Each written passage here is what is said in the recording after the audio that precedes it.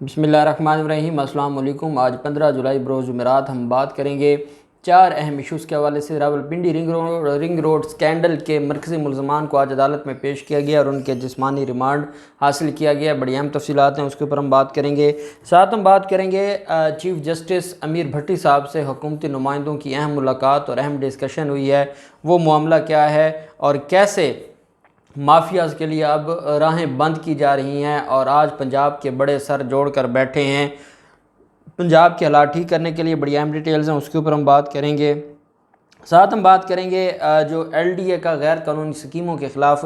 Grand operation जारी है और धड़ाधड़ पूरी जो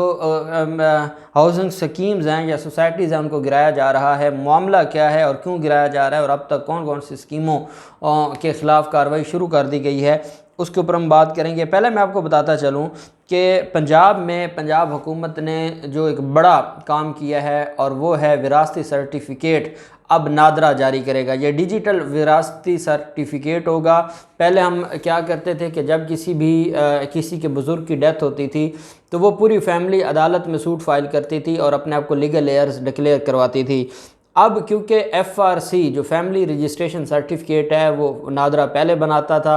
और बहुत दफ़ा हमारी इसके ऊपर मीटिंग्स भी हुई और हमने ये सजेशन भी दी कि जो एफआरसी है नादरा की उसी को ही फिर आप बना दें लीगल एयर्स का जो सर्टिफिकेट है, ताकि जो आम आदमी है अगर उसने कानूनी वारिस बनना है या विरासती ज़मीन अपने नाम करवानी है या कोई जायदाद है या कोई बैंक में पैसे हैं, कोई भी ऐसा डॉक्यूमेंट बनवाना है और उसने 3-4 महीने अदालतों में धक्के खाने हैं तो उसका फ़ायदा तो कोई ना हुआ। तो आप ये मामला नादरा को दे दें। और असल काम ये था भी नादरा का, लेकिन हमारे यहाँ बदकिस्मती है कि जो काम है अगर किसी के नाम की करेक्शन करनी है, किसी यूनिवर्सिटी के रिकॉर्ड में नाम गलत हो गया, वो आपको कहेंगे अदालत चले जाएँ। नादरा के अगर आईडी कार्ड पर कोई नाम की दुरुस्तगी होनी है वो आपको कहेंगे अदालत चले जाएँ। भाई हर इदारा अपना काम छोड़ के अदालतों के खाते में डाल रहा है और अदालतें तो फिर आगे अदालतें हैं, तो वो फिर जो वहाँ जाता है वो लटक जाता है और 6 माह तक तो उसको वहाँ से निकलने की जो है वो मोहलत नहीं दी जाती। अब ये जो काम किया है वज़ीर आला उस्मान बुज़दार ने आज अनाउंस किया है कि पंजाब के 36 अज़ला हैं और 36 के 36 अज़ला में नादरा के ज़रिए डिजिटल विरासती सर्टिफिकेट्स का इजरा शुरू कर दिया गया है। अब विरासत के कानूनी हकदार अदालतों से रुजू किए बगैर नादरा से 15 दिन में बआसानी सर्टिफिकेट हासिल कर सकेंगे और अदालती निज़ाम पर गैर ज़रूरी बोझ भी कम होगा। तो अब अगर किसी को विरासती सर्टिफिकेट की ज़रूरत होगी पंजाब के अंदर, पंजाब के तमाम अज़ला के अंदर, तो वो अदालत जाने की बजाय वो जाएगा नादरा के पास और नादरा से उसको वो सर्टिफिकेट जारी होगा। तो ये आपके नॉलेज के लिए मैंने कहा कि आपके नॉलेज में होना चाहिए। दूसरा जो मामला है वो है रावलपिंडी रिंग रोड स्कैंडल का। आप जानते हैं 2 मरकज़ी मुल्ज़मान गिरफ़्तार किए गए हैं, 2 अफसरान को गिरफ़्तार किया गया। उनको आज जुडिशल मजिस्ट्रेट ज़िला कचहरी रावलपिंडी यूसुफ अब्दुर्रहमान की अदालत में पेश किया गया और वहाँ पर गैर कानूनी तोसी और माली बेज़ाब्तगियों से मुतल्लिक़ केस की समाअत की। अदालत ने इस केस में जो साबिक़ कमिश्नर हैं रावलपिंडी रिंग रोड प्रोजेक्ट के डायरेक्टर हैं मोहम्मद महमूद जो गिरफ़्तार हुए थे और साथ उनके साबिक़ असिस्टेंट कमिश्नर और project land collector Wasim Ali Tabish को 4 रोज़ा जिस्मानी रिमांड पर पुलिस के हवाले कर दिया है। एंटी करप्शन इस्टेब्लिशमेंट पंजाब की तफ्तीशी टीम ने साबिक़ commissioner captain retired Mahmood Ahmed और वसीम ताबिश को ज़िला कचहरी में पेश किया और बताया कि इन्होंने जो रावलपिंडी रिंग रोड प्रोजेक्ट है उसमें खिलाफ ज़ाब्ता तौसीक़ की और गैर कानूनी माली फ़वाइद हासिल किए, इस वजह से इनके ख़िलाफ़ कार्रवाई होनी चाहिए। आप जानते हैं कि ये 2 बड़ी मछलियां हैं, ये 2 बड़े मगरमच्छ थे जिन्होंने अरबों रुपए का रियासत पाकिस्तान को नुकसान पहुंचाने का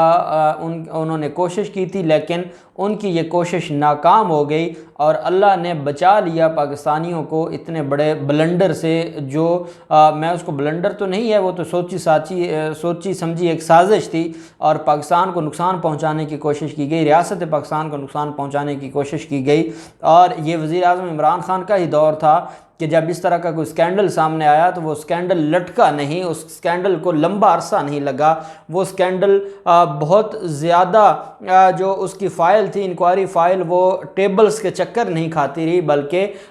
जो एक्चुअल पोजीशन थी, जिसने जो जुर्म किया था, जिसने जो गलत काम किया था, जिसने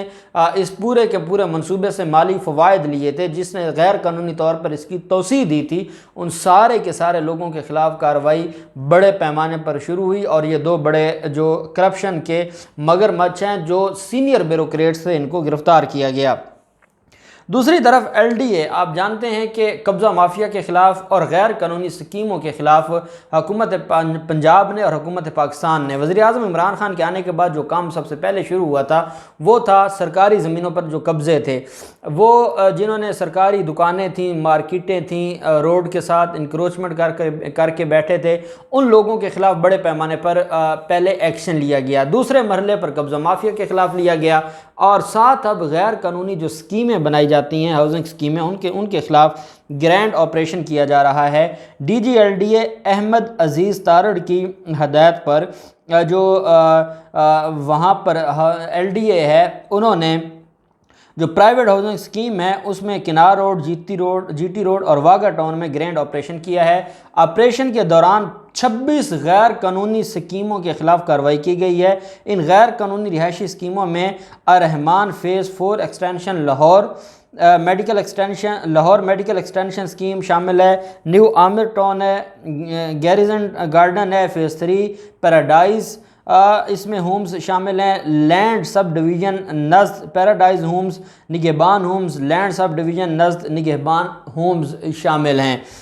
dream homes, Tauheed city, Almakka town, Shalimar industrial scheme, Rahim industrial scheme, Al Hasan garden, Mehar garden, gold land. अब ये बहुत सारे नाम हैं, मैं इसलिए आपको बताना चाह रहा हूँ कि अल्लाह ना करे आप लोगों ने अगर इन स्कीमों में इन्वेस्ट किया हुआ है तो वो तो आपके गए।